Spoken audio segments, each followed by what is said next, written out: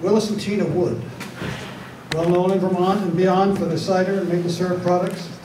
Active members of the Historical Societies, I remember, the past president, and other town committees. Both seem to have a dry wit, they banter, but they're especially known for their kindness and generosity and the practical, wise approach to any situation. Tina speaks Spanish quite fluently. My wife, Cookie, speaks Spanish quite fluently. They stand talking to each other and looking at me. I don't know who's coming up, but Tina and Willis.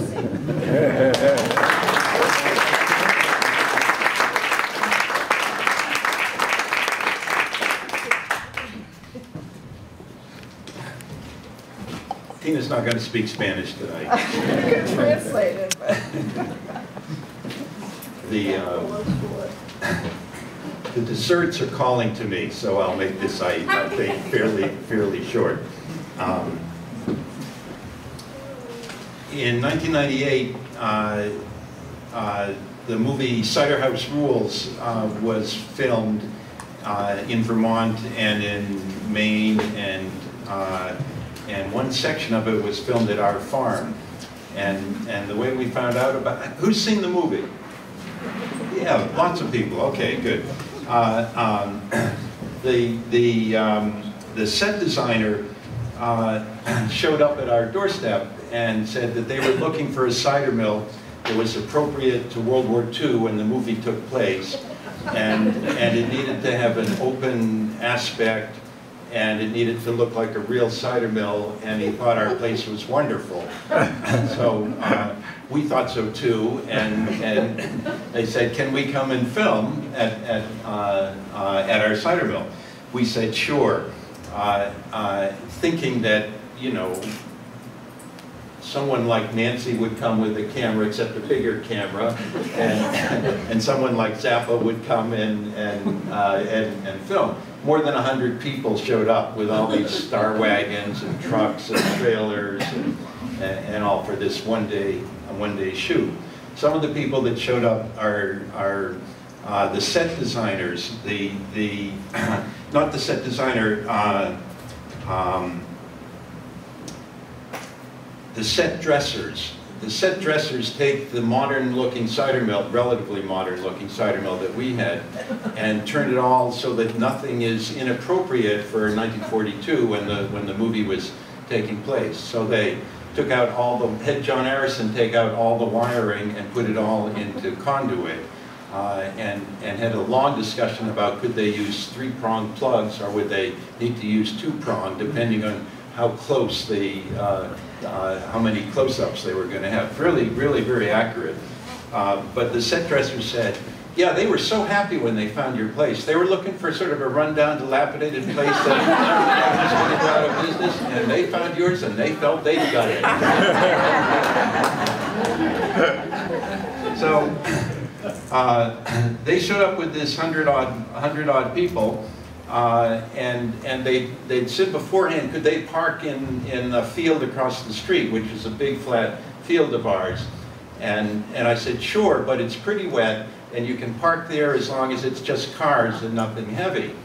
And they said, yep, we understand, we're professionals. And they drove in with this huge semi-truck into this field and just disappeared right up to the axles. It was like those films you see on YouTube, you know, of like home videos gone wrong. They were used to adversity. It was a professional crew. They were all union guys, guys and gals, women and men and women, and they got right on their cell phone and they called up the biggest wrecker they could find in Windsor County. And the wrecker showed up and drove right into the field and disappeared. So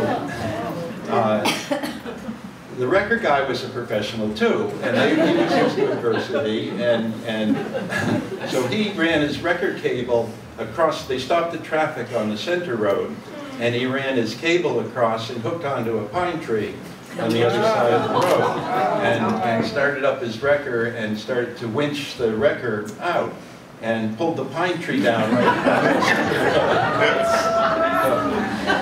So I'm up at the farm, Tina and I and everybody are up like with Toby Maguire, you know, schmoozing. And first we hear about it is this guy comes up and he's kind of sheepish and he said, "Chance I could borrow a chainsaw." Happen to have a pine tree across the road and no cars can get by. So. All's well that ends well. They chainsawed up the pine tree. They stopped a Carroll concrete truck that was passing by full of concrete. They used it as a dead man and hitched the cable onto that, pulled out the wrecker, then pulled out the truck, finished the shoot, and then the next day, this young woman with a clipboard comes by from Miramax, and she said, "Now we've finished shooting, we've done some damage to your property, let's go around and see what's happened." And so, you know, she gets out her pencil and her clipboard, and I get out my avaricious feelings and how rich can I get from and they say, you know, we put a hole in the roof to mount our lights on, that'll be $100. We took down this electric line, putting it up should be $75. We took out a fence post so the truck could get around the corner, $80. And I'm saying, yep, maybe 85.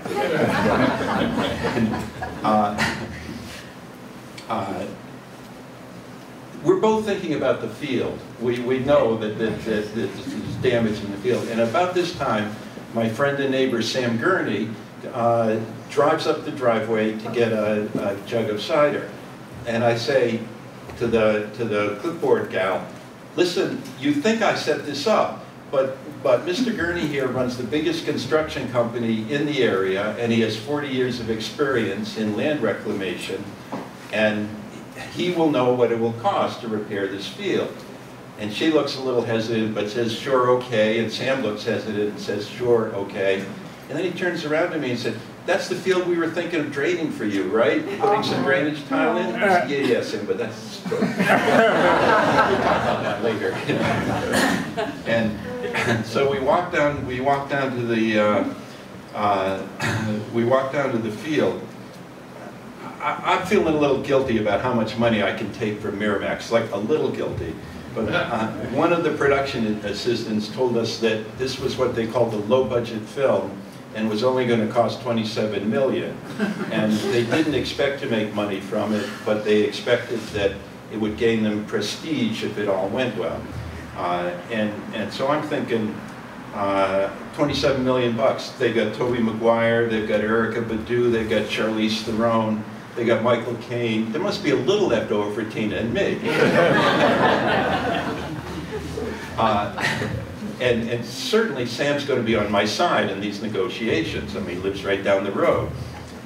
We walked down to the field, the young woman with the clipboard, the aggrieved, poor starving farmer with the destroyed field.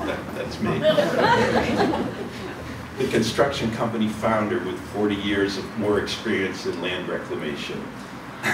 There's ruts everywhere. There's 6-inch deep ruts, there's 12-inch deep ruts, there's 18-inch deep ruts. There's mud, there's a little pile of pine leavings at the side of the road. It's no Hurricane Irene, but it's a serious damage to the field. The clipboard woman looks more and more nervous about this. And the poor farmer's thinking, I wonder if I could get a new tractor out of this. Will this be more than 4 figures? You know, just how much is this going to be worth? And the construction king, that's Sam, hems and haws and looks around. He said, boy, there are some ruts here. And he looks around some more and he said, these things don't fix easily. And he looked, you know, dollar signs are going off in my mind. And he says, it's hard to put a number on this. I hate to guess this. It's going to be high. This might run this might run $300. I